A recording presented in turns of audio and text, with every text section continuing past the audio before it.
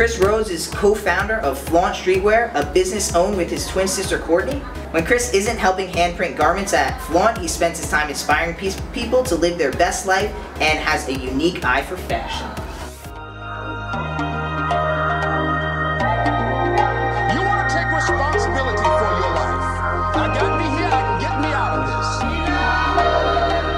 I'm going to show you how great I am.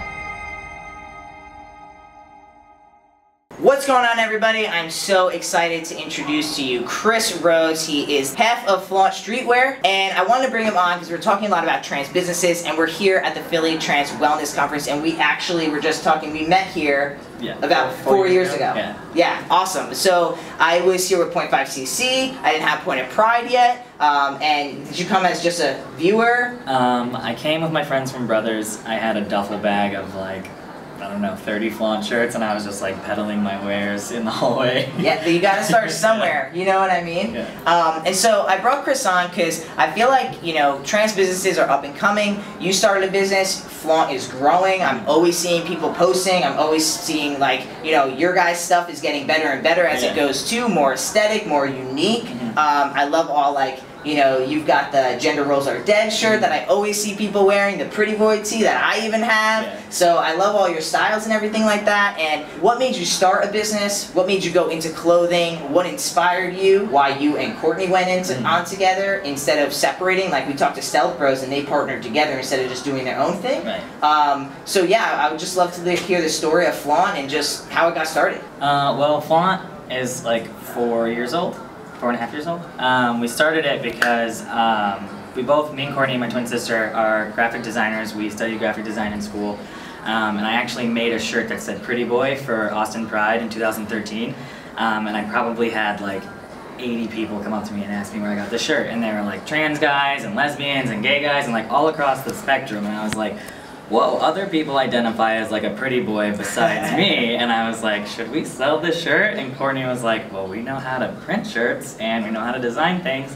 So we just started kind of selling them to our friends, and then we decided we needed a brand. It couldn't just be like randomly selling shirts. And then so we came up with the name FLAVNT because it's all about like flaunting yourself, being unapologetically proud. And then we realized we needed to like set ourselves apart. Like we were already, we already stood out as like a small queer brand, but we wanted to help the community, and there were organizations and brands like yours that did like funds and like giving back, and we were like, we like that idea, we want to give back, and then we put a little spin on it by doing like individual partnerships because we liked the idea of like the entire community getting behind one individual. That caught my attention because, as you said, like 0.5cc we did, which is now, you know, Point of Pride, we did like a fundraiser and people applied, and it was scholarship based, right? So what FLAVNT does is they literally sponsor one person at a time, right? Is it in months or 2 months or? It's until we meet their goal. We're willing to raise up to half of what somebody needs to cover a gender confirming surgery or gender affirming surgery. Which can go anywhere from like 3 to 5K, right? So it kind of varies, but we try to do only up to half so it's more fair across the board. Like, I don't know, some run more than others. Like we've done a phalloplasty fundraiser before, but he had like insurance help with it, so it wasn't like $80,000. Great, good. Yeah, I was like, we would have been there for years. Yes. But so we give 15% of every sale. Our fundraisers are applied for. It's open to anybody over the age of 18 who's fundraising for gender confirming surgery. We've had 9 trans masculine people and 1 trans feminine person.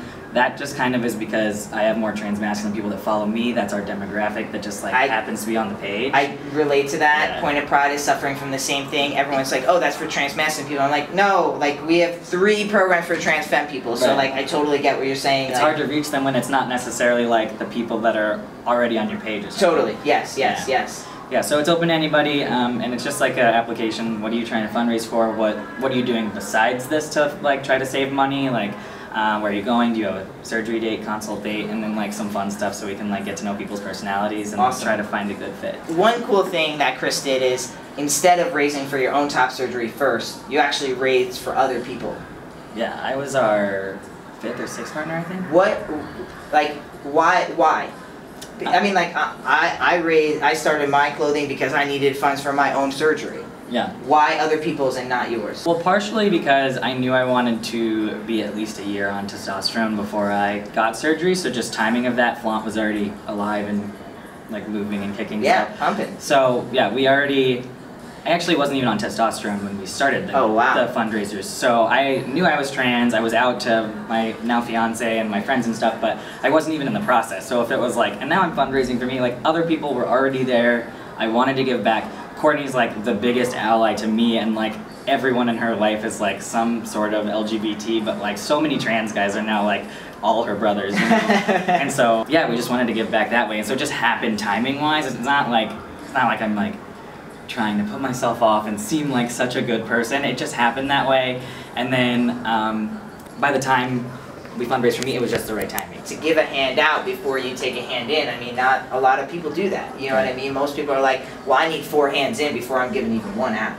So, as a trans business, or well, I should rather say queer business, right? Because Courtney identifies as a lesbian. She's a cis female. Okay. She's Lady A.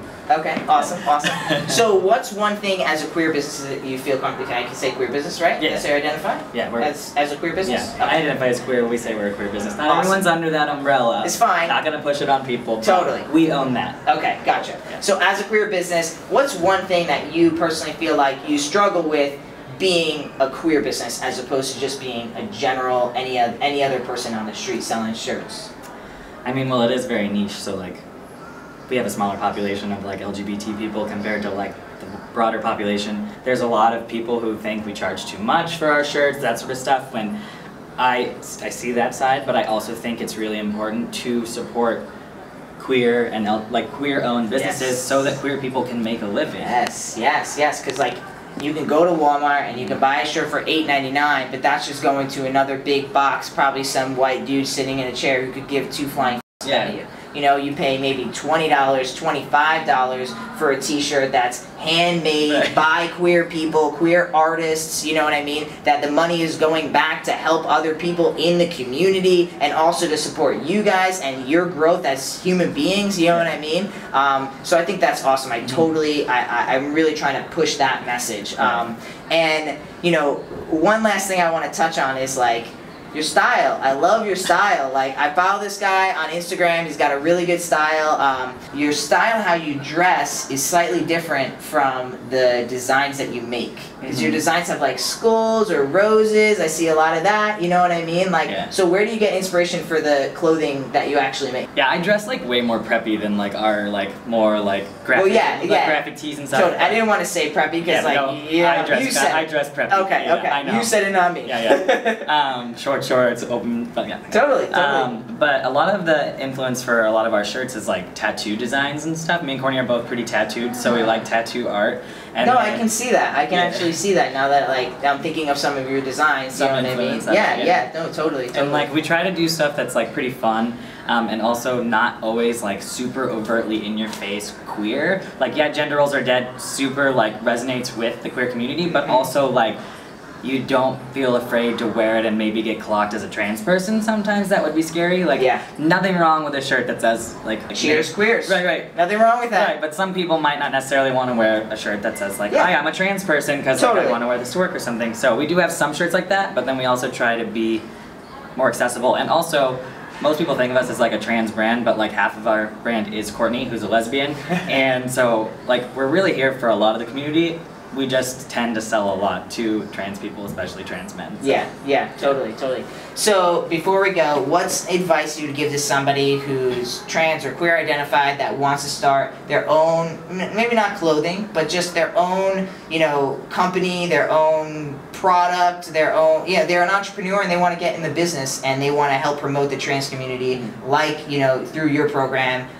You know, what's one piece of advice that you would give to them? I mean, I think, one, don't be afraid and just go out and do it. I mean, the first thing that we did, we spent $500 on like a run of shirts and just decided like either we're gonna sell these to our friends or somehow find people that want to buy them, or like I guess we're gonna end up with a ton of extra shirts that we can donate to Goodwill. Like it's either gonna work or it's not. You just kind of jump and not being afraid to fail. Yeah, don't be afraid to fail. And have you guys failed on designs? I know I've made designs and I'm like, this design's gonna sell like it doesn't, and I'm like, what? Yes, that's definitely happened to us. I mean, we could stock nothing but Pretty Boy and we'd still like make a million sales. Like, Yeah. I'm like, why do we even do anything else? But because it's fun, I'm a designer, I'm like, I'm making it, I'll just wear it myself. Yeah, no, totally. I've made so many clothes because I'm like, I want this. And I was just like, you know what, I'll just put it on the website, see if someone else wants to buy it. You know what I mean? So I totally relate to that. But yeah, I thank you for taking time. You should go check out FLAVNT, really good stuff. I really like it. Why don't you give your Instagram handle so they can check out your style, and we'll give FLAVNT's Instagram handle. So my Instagram is See the Stars Ablaze, and then FLAVNT's is FLAVNT _ Streetwear. So it's with a V, but pronounced FLAVNT.